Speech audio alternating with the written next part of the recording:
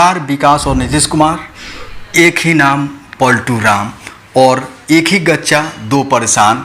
BJP परेशान, monsoon के गच्चे से किसान परेशान। लेकिन नीतीश कुमार ने एक बहुत ही महत्वपूर्ण घोषणा की है हमारे किसान भाइयों के लिए कि अगर वो फसल लगाए हैं, धान के फसल इस बार उन्होंने लगाया हुआ है, तो मायूस होने की ज़रूरत नहीं है, क्योंकि सरकारें बदलती हैं, इनके काम करने का तरीका नहीं बदलता है। और इन्होंने बिहार के किसानों के लिए बहुत ही मायूसी जो उनके चेहरे पे थी उसको कम करने का प्रयास किया है। और उन्होंने घोषणा की है कि बिहार के प्रत्येक किसान जिन्होंने खेती से जुड़े हुए हैं, जो लोग कृषि से जुड़े हुए हैं, उनको जो है डीजल अनुदान दिया जाएगा, डीजल पे सब्सिडी दी जाएगी। जिन्होंने अपने खेतों को पटाया है डीजल खरीद कर, तो ऐसे किसान जो किसानी करते हैं, जिन्होंने धान की खेती की है, कम वर्षा होने के चलते और सुखाड़ की स्थिति पैदा होने के कारण नीतीश कुमार ने एक महत्वपूर्ण घोषणा उन लोगों ने की है कि डीजल पे 50% की सब्सिडी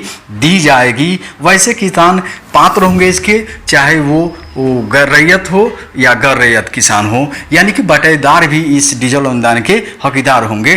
तो आइए जानते हैं, क्योंकि सरकारें बदलती हैं लेकिन मैंने कहा कि इनके काम करने के तरीके नहीं बदलते हैं। ये विकास पुरुष के नाम से जाने जाते हैं और बिहार का विकास और बिहार के लोगों की जो भी समस्या है ये अपनी समस्या मानते हैं, हमेशा तत्पर हैं। चाहे ये सरकार किसी के साथ बना के रखें या किसी के साथ रहें, किसी के साथ अपनी सरकार चलाएं, लेकिन इनकी मंशा होती है हमेशा विकास। तो आइए जानते हैं कि डीजल अनुदान के लिए किसानों को करना क्या होगा, कैसे इस अनुदान को प्राप्त किया जाता है। तो डीजल अनुदान के लिए आप कृषि पोर्टल पे, कृषि विभाग का जो पोर्टल है उस पर जाके आप ऑनलाइन आवेदन किसान भाई कर सकते हैं।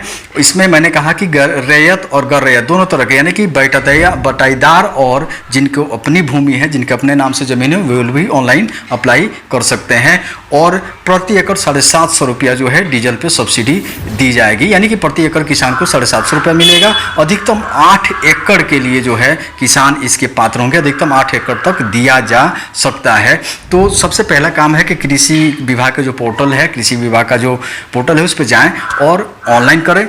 और इसमें लगेगा क्या, कैसे अप्लाई करना है, उसके लिए क्या क्या कागजात आपको देने होंगे, क्या डॉक्यूमेंट्स देने होंगे।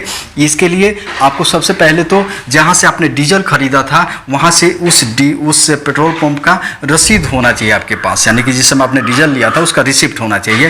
प्लस उस रिसिप्ट पे आपको करना क्या है कि आपने जो किसान रजिस्ट्रेशन कराया, क्योंकि किसान रजिस्ट्रेशन जरूरी है, किसान रजिस्ट्रेशन का नंबर जो है उस पर या तो प्रिंट होना चाहिए या फिर हाथ से लिख के भी आप अपना स्वयं सिग्नेचर उस पर उसको सत्यापित कर सकते हैं उसको।